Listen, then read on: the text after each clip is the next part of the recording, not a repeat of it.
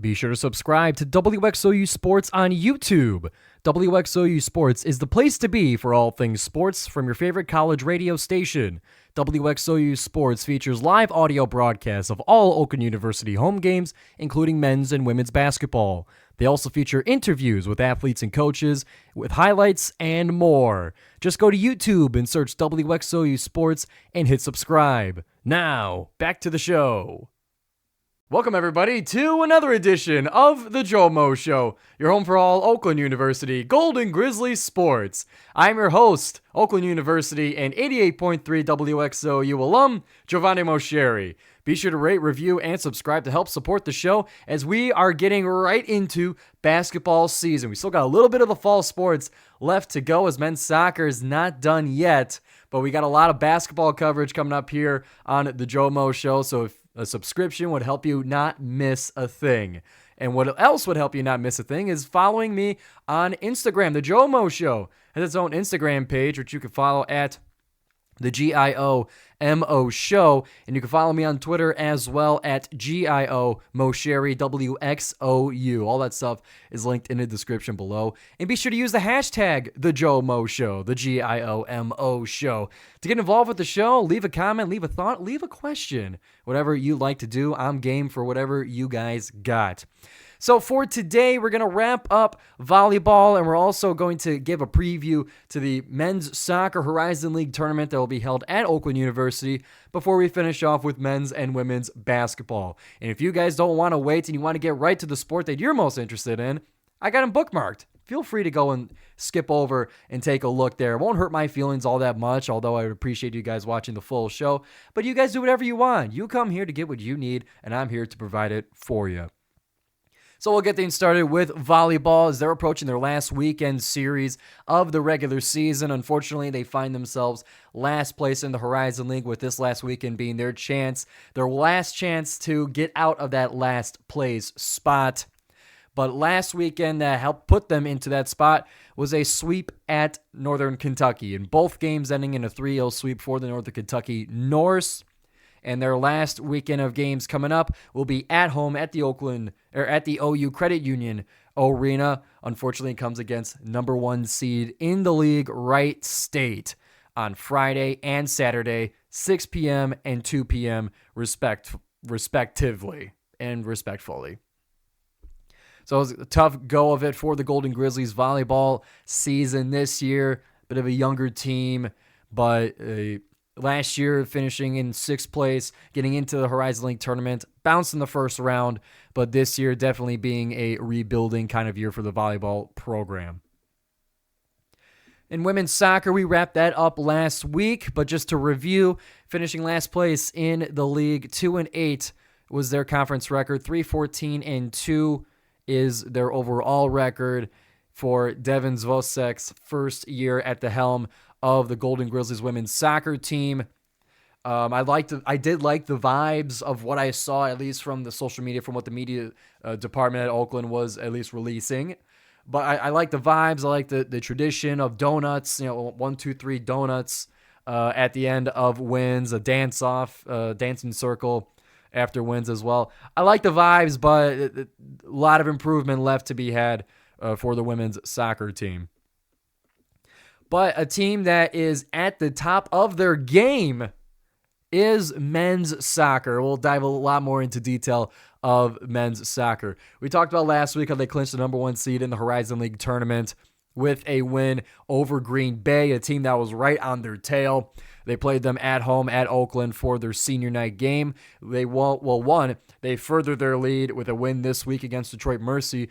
But the biggest piece of news for me is the Horizon League awards that were announced this week and given out. There's a lot of Oakland that was awarded to for this season. So we'll go through the results of that as well as details as to their win against Detroit Mercy and what they got coming up in the Horizon League tournament. So we'll start off with the awards. In his first year at the helm for Oakland University in a full-time head coaching role, Paul Duro was Coach of the Year in the Horizon League. The former assistant coach, he had some time as the head coach during Eric Pogue's time away in the beginning part of last season, but now at the full-time head coaching role, he is Coach of the Year, which if you coach the number one team in the league, that means you're doing something right. So congratulations to Coach Doro. In addition to that, sharing the Sportsmanship Award, David Cox of Milwaukee also winning it, as well as Oakland's Jace Foster, Sportsmanship Award winner. In addition to that, because there is more, Goalkeeper of the Year goes to our very own Alex Flowers. We'll go into more detail in the Detroit Mercy game and an example of what he's done, but he is Goalkeeper of the Year. In addition, going to the All-League First Team, 4 Golden Grizzlies find themselves on the list. Carson Balaw at midfield, Alex Flowers at goalkeeper, and Jace Foster and Zach Townsend at the defender spot as the best of the best in the Horizon League, the All-League First Team. And remember, the All-League Second Team, we got 1 Golden Grizzly on that list. It is Abdul Al-Rashed at the midfield spot, gets onto the list as well. So a whole lot of Golden Grizzlies in the end of season, the regular season awards, rightfully so. So congratulations to all of those who have won their awards. Now we'll get into the game against Detroit Mercy. A win with a score of 3-1, but the score doesn't quite tell the full story of it. We'll dive a little bit into the team statistics to try and diagnose what was going on in this game. Unfortunately, I didn't get to watch it front to back, but some of the stats are kind of telling. Is that this was a lot more of a strange game than a 3-1 final score would indicate. So looking at the total shots taken, Oakland had 6 shots all game long. Detroit Mercy had 16 all game long. They had 7 in the first half and 9 in the second half. But the shots on goal is where it gets tricky. Out of the 6 shots that Oakland took, all of them were on goal. All of them were on target. And by the score, 3 of them went through. 50% of their shots scored. You don't see that kind of efficiency very often. But for the Detroit Mercy side, of the 16 shots that they took, 8 of them were on goal, but only 1 of them went through, meaning 7 saves for your Goalkeeper of the Year, Alex Flowers, 4 in the first half, 3 in the second half, to hold down the fort and hold on to the lead despite the onslaught of shots going his way. And we go to corner kicks as well as the last strange piece of the statistics in this game. Oakland had 0 corner kicks in their game against UDM. UDM had 10 all game long. 4 in the first half, 6 in the second half, and only 1 goal to show for it. So Oakland was able to defend very well, allowed a lot of shots, yes, but defend them well to secure the 3-1 victory. That 3-1 victory came from Jack Klomperens in the 22nd minute, scoring the first goal, assisted by Luke Benford and Carson Balaw. In the 30th minute, Milan Dejic, I don't know how to pronounce it, forgive me. But he scored the second goal in the 30th minute to give Oakland the 2-0 lead, assisted by Julian Kanzler and Andrew Dorakajan. UDM in the second half would get on the board with a goal by Griersham Sylvain. He scored in the 52nd minute to cut it down to a 1-goal game, but Oakland would pull away in the 76th minute with Andrew Dorakajan finding the back of the net, assisted by Andriy Billos.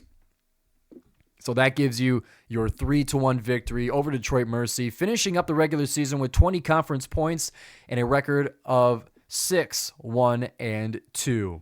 And we've already had the first round of the Horizon League tournament take place, which means we know the matchups for the semifinals that will once again be played at Oakland University. The quarterfinals that were played yesterday as of this recording, Sunday, November 10th, the 3 seed and the 6 seed played between Milwaukee and Purdue Fort Wayne. Milwaukee would come away victorious in that one. They'll be matched up against the 2nd seed and Robert Morris.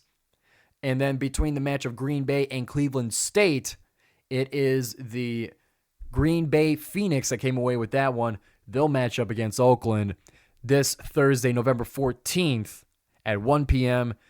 The other match at 4 p.m. They'll be played at Oakland University. Last year in the tournament, Oakland in the championship matched up against Green Bay. Green Bay was the one that came away victorious with this one. So Oakland has a chance to enact revenge against the Phoenix and try their best. I hate to say it like that. It sounds so middle school, but to try and enact revenge to get to the championship match and bring home another Horizon League championship, this one being at home. When that matchup comes into semifinals, we'll see how the Golden Grizzlies do. Will Green Bay want to get their revenge against their, from their regular season matchup where Oakland won that one 2-1? It's a lot going on, a lot resting on the shoulders of that match between the Golden Grizzlies and the Phoenix. And the winner of that one will face either Robert Morris or Milwaukee in that championship match. So we'll wait to see. Tune in next week here on the GioMoShow to get a review of the final results of the Horizon League tournament. That'll be all wrapped up by the time next time comes around, by the time we record on Monday next week. Championship game played Saturday, November 16th at 1 p.m. at Oakland. So that will wrap up the men's soccer segment. That wraps up some of the fall kind of sports that we have at Oakland University. A quick note to the swim and dive portion of things. They had a pair of meets at Grand Valley State and at U of M in Ann Arbor. Oakland splitting those two ones, winning the Grand Valley one, both men's and women's, but falling in a tough one for the one against Michigan, which understandably, Grand Valley, great school for swimming, but D2. Michigan, Big Ten, D1, the matchups are the way they are. Iron sharpens iron, but also there's times where you need to sharpen the iron, and there's times where you need to practice cutting. So, and we'll get into that when we talk about women's basketball, but sometimes the tough matchups, you learn a lot from them, and the not so tough matchups, you get a chance to execute and to feel the winning a little bit. We'll get into that for the women's basketball segment, but Oakland fought well in both of those meets. I want to single out our friend of the program, friend of the GioMoShow, Nicholas Subaggio, or otherwise known as Carol Subaggio. It's my best attempt at the pronunciation. He's a recent addition to this Golden Grizzlies team, and he has an awesome story. I got the chance to write, or to help interview and write, his Through the Eyes story that Oakland has on GoldenGrizzlies.com. That is a first-person story of him. I work for a company called FanWord, where we essentially craft those stories. Kind of take you behind the curtain a little bit. I interview Carol, and through that interview, we craft a first-person story from his perspective. He gets a last look at it to make sure it's his voice, and then that's what is released as the Through the Eyes story. I was very lucky enough to get a chance to interview him. He's got a fantastic story. I'll link it in the description of the podcast here, but definitely worth a read. He comes from Indonesia and is one of the top swimmers in Indonesia, straight up. He has competed in the Asia in these I forget what it's called, the Southeast Asia Games. He's competed at what is essentially the Indonesian Olympics, National Sports Week they call it over there, in the World University Games. This dude competes at an international level, and Oakland was able to find him a spot on the team and are very happy for doing it. So be sure to check out Carol's story. It's just awesome, and I love seeing what he does and how he's performing throughout the season. Against Michigan, he swam and got second place in the 500 freestyle, because this kid can do everything, every event, man. He's the bomb diggity. So definitely go and check that one out. To wrap up the swim portion of the show, we'll take a break here before we get into the basketball side of things. But before we take that break, I want to tell you guys about Oakland Club Sports. If you go to the WXOU Sports YouTube channel, you'll find an interview that I had with the entire e-board of Oakland Women's Club Soccer. They're going to be taking their now second in a row trip to Round Rock, Texas, where they'll compete in the NERSA National Championship Tournament to enact revenge for last year. Last year didn't go so well, but this year they want revenge. Unfinished business is a theme of that team, so you guys can definitely go and check that one out. It is on the WXOU Sports YouTube channel. You can follow the team on Instagram as well. You can also check out an interview that I had with the director of club sports at Oakland University, Kyle Reese. That one released earlier in the summer, also on the WXOU Sports YouTube channel. He runs the show, and he's a great chat. He's got a great story between him and former Kentucky basketball head coach John Calipari, so definitely worth checking out as well. Interview is available on all podcast platforms. And now let's get into women's basketball. They've had a couple of their regular season games played over the past week.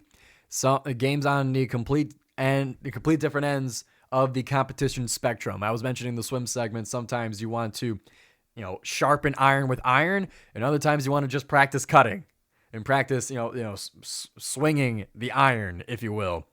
So the first match on Tuesday at the Breslin Center against the Michigan State Spartans, that's where iron was sharpened. Against the Spartans, Oakland fell 107-42 and were unable to make a three-pointer the entire game. It was rough. Skorupski led in scoring against her former team, the Spartans, 19 points on 6 for 16 from the floor, 7 of 9 from the stripe with 5 rebounds and 2 assists as well. Macy Smith, who we'll talk about in their next game against Cleary, also unable to make a 3-0 for 6, was 1 of 8 from the floor, but she'll clean that up in the next game that we cover. But it was just a rough go of it. Michigan State from the field was 50%, 35 of 70, and from the three-point line, 11 of 24 for 45 or 46% from deep, 70% from the line. Michigan State, they tend to enjoy playing us. But that's okay, because when they came back home on Friday against the Cleary University Cougars, Cleary playing in the WAC conference, the Wolverine Hoosier Athletic Conference in the NAIA, which, for those who aren't familiar, it's not the NCAA. It is effectively Division IV, where it's just a different entity, a lot smaller schools. For those who are in the Michigan area, Lawrence Tech and Rochester Christian are also in the WAC conference, to give you guys kind of a reference as to what Cleary brings. It's their second year as a basketball program as well. But this one was interesting. I was in the stands and I was in attendance for this one. Luckily, I got a chance to be a season ticket holder for this year. They had a good deal for recent grads, and I was able to get a good view of the game. I also got to sit next to the Skorupski family. Wonderful, wonderful people. Had a great time watching the game with them. But this one was interesting. I had a lot of takeaways from this one that I'll share with you guys here. I'll do takeaways first. We'll talk about the box score later on. But so the game was played Friday at 11 a.m. I thought that was really strange. It was school day, but I didn't quite know what that meant in the promotion side of things. I figured out pretty quick what it meant. It meant that they bust in literally over 2,000 elementary and middle school students to watch the Golden Grizzlies play.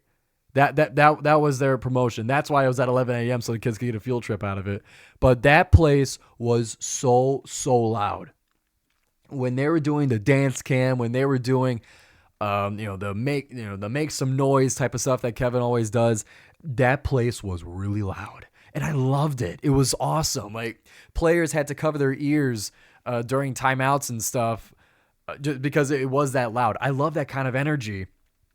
And I was talking to athletic director Steve Waterfield, and he was saying it was like pretty much 2,000 kids there, and it's obviously it's a great thing. It was a great promotion. It worked really well for them. But my first takeaway was that place was crazy, and I really enjoyed it.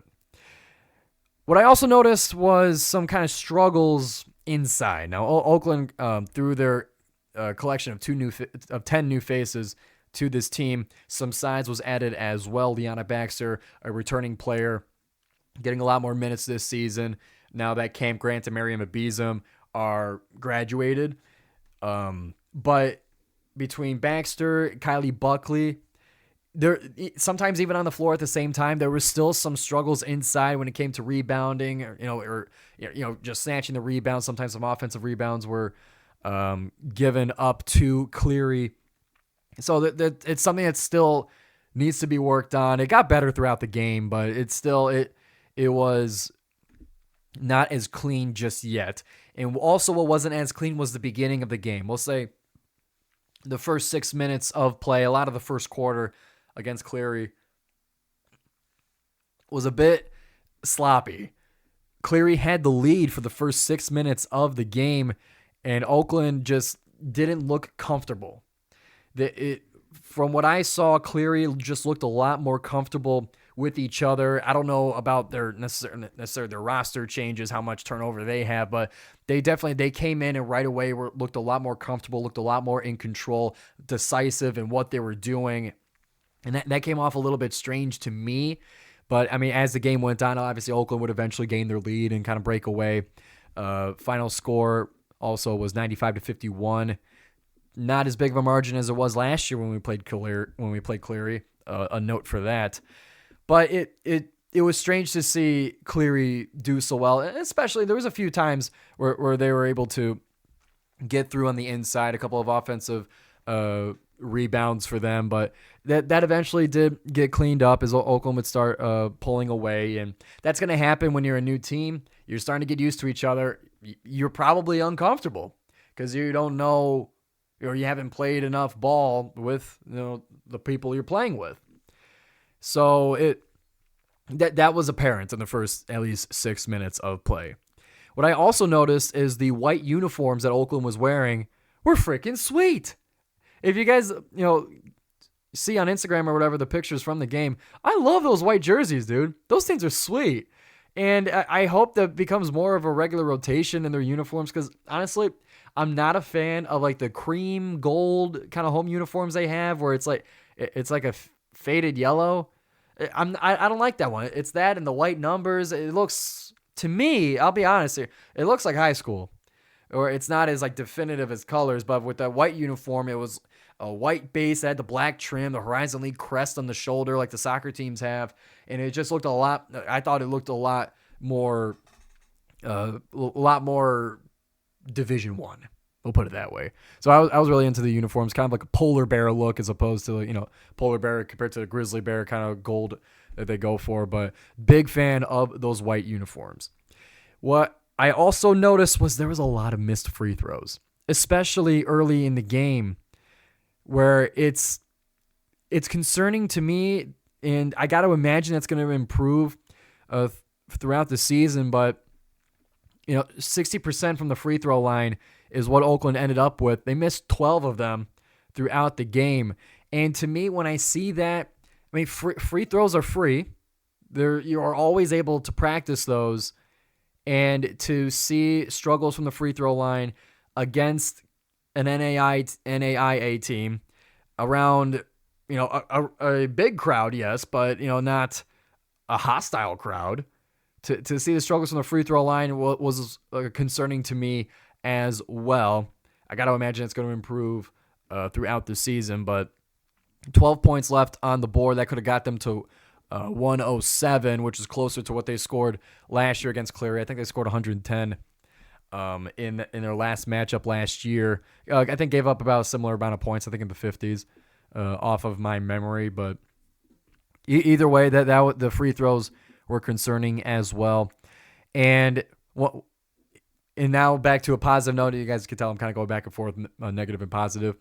Once the game got rolling, a new addition to this team, Macy Smith, who comes from Utah State. I got to look to make sure that's the case. I mean, I wrote the preview article on Horizon, but women's basketball. From Utah State, yes. I should know that. I wrote the Horizon article on it. Either way, she started off 0 of 2 from 3 in the first quarter, and a lot of Oakland's 3-point shots early on didn't go through, but eventually, after starting 0 and 2, Macy Smith would make her next, how do I say this? She would make 6 of her next 8 attempts. And she was on fire during that game. Finished with a team leading 23 points, was 6 of 10 from the 3-point line in total, 8 of 12 from the field, 2 rebounds and 2 assists, block and steal. Macy Smith had a great performance that night, and it's good to see. And, like I mentioned when it came to the free throws, how it was kind of concerning that we had struggles against an NAIA team. So in this case, the 3-point shooting, you expect that to be well. And I think that's a good sign because even if it's the easiest, giving up three, you're wide open, you take a 3-pointer, to make those, like a good 3-point shooter has to make those. If you're still struggling with that, then that's tough sledding. But no matter the competition, if you're making your threes, that means you're a decent 3-point shooter. It leans to that as well. And I know I'm kind of like dancing all over the place with like what opinion I want to have, but I just want to say, to show that kind of 3-point shooting, it's something the team desperately needs, but it's also, great to see that early on into the season. So Macy Smith had a fantastic performance against the Cougars. And finally, to wrap up the takeaways from the game, finally you're starting to get a better idea as to the lineup, which is something that Tungate wasn't really able to give us or figure out himself until a couple of games have been played. But it looks like the lineup is mostly going to consist of Danny Grimm, Skorupski with a mix of Buckley and Baxter, along with Macy Smith and Madison Royal Davis getting the majority of the minutes, and Jasmine Dupree-Hebert, also a big contributor off the bench. I can imagine that a lot of the freshmen that they were playing during that game as well, who performed pretty well. For example, 7 rebounds to Jaden Elam, who I think is a freshman. I'm going to have to look at it again. It's a lot of new faces. I'm still getting to know the team. Jaden Elam is a freshman from Pontiac, graduate of Detroit Country Day. So she had a team leading 7 rebounds in that game. So that was great to see, but I can't imagine that the freshmen are going to be getting a lot of minutes this season, as opposed to, especially for Elam, who would play a little more in the middle. I can't imagine she gets a lot of minutes over Baxter and Buckley, but great to see that kind of performance in the early parts of the season. So that will wrap up the women's basketball segment. They got a couple of away games before they come back home to the arena. On Tuesday, that's tomorrow as of this recording, the 12th, they'll be going to West Point to play Army. And then on Sunday, the 17th, they'll be traveling to Ann Arbor to face the Wolverines. And then they come home on November 21st on a Thursday at 4 p.m. against St. Thomas of Minnesota. So we'll be boots on the ground in the arena for that game. Well, work willing, will be in the arena for that one. So that wraps up women's basketball. Let's get to the men's side of basketball, where tough sledding was had on their trip to Boise, Idaho. The Broncos laying the smacketh down on the Golden Grizzlies 87-43 in a game that got out of hand really quickly. It was almost immediately that the Boise Broncos were able to get a huge lead on the Golden Grizzlies from turnovers and immediately converting them into threes. And we'll hold the focus of the camera there because it's getting sunny outside. But pretty quickly, Oakland found themselves down, and to dig themselves out of it, the offense just was not there in order to dig themselves out of it. So I'm looking at the play by play here. Boise got an 11-point lead in the first 2.5 minutes. At 17:35 in the first half, a 3-pointer would bring it to an 11-point lead, 13-2 to start the game. Youch. And Oakland struggled to keep up with it throughout. It got better in the second half. Obviously, a lot of things are going to get better in the second half. You would hope so when you start the way that you do, but can't be obviously not happy about it.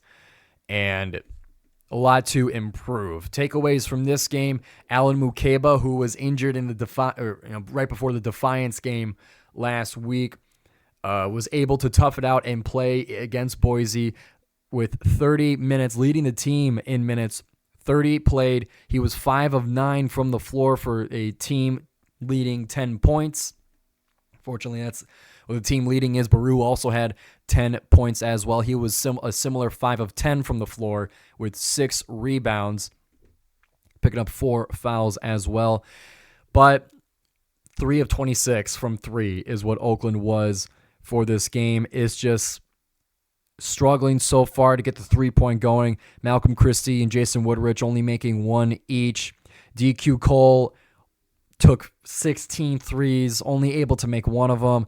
It's been a big struggle from deep for Oakland, and I believe we have the talent to do so when it comes to the three-point shooting, but it's just going to take, I guess it's going to take a little bit of time for Jason Woodrich and Malcolm Christie to really get their groove going, start finding the net when it comes to these three-point shots, because that's going to be very important for this Oakland offense going forward. As you saw from last year, that's where a lot of the points come from, with Mukeba inside being a big help to that, kind of the supplement to Townsend and Conway being lost in last year.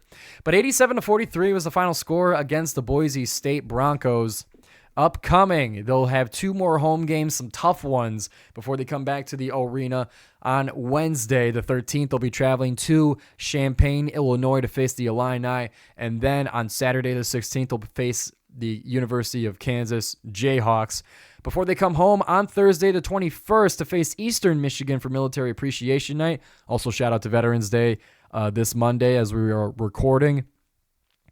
And then we'll see the Golden Grizzlies then. So if that's right, the 21st, that's a doubleheader for Oakland in the arena, because the 21st, no, Thanksgiving's the next week. I wonder why that's the doubleheader. But either way, women will be playing St. Thomas, Minnesota at 4 p.m. that night. And then at 7 p.m., the Golden Grizzlies will be or the men's team will be playing Eastern Michigan. So that's going to be a very busy Thursday on Oakland's campus. And with that, that'll wrap up the GioMo Show, covering all the Oakland sports. We did a little bit of volleyball, swim and dive, and a bigger chunk into men's soccer for the Horizon League tournament run, as well as the men's and women's basketball teams' early non-conference slate. We covered it all here on the GioMo Show, and I appreciate you guys sticking all the way to the end of the show here. Be sure to rate, review, and subscribe. Follow the GioMo Show on social media. Follow me on social media as well, so that you guys don't miss a thing for all your Golden Grizzlies sports all season long. My name is Giovanni Moscieri. This has been the GioMo Show, and we'll see you next week.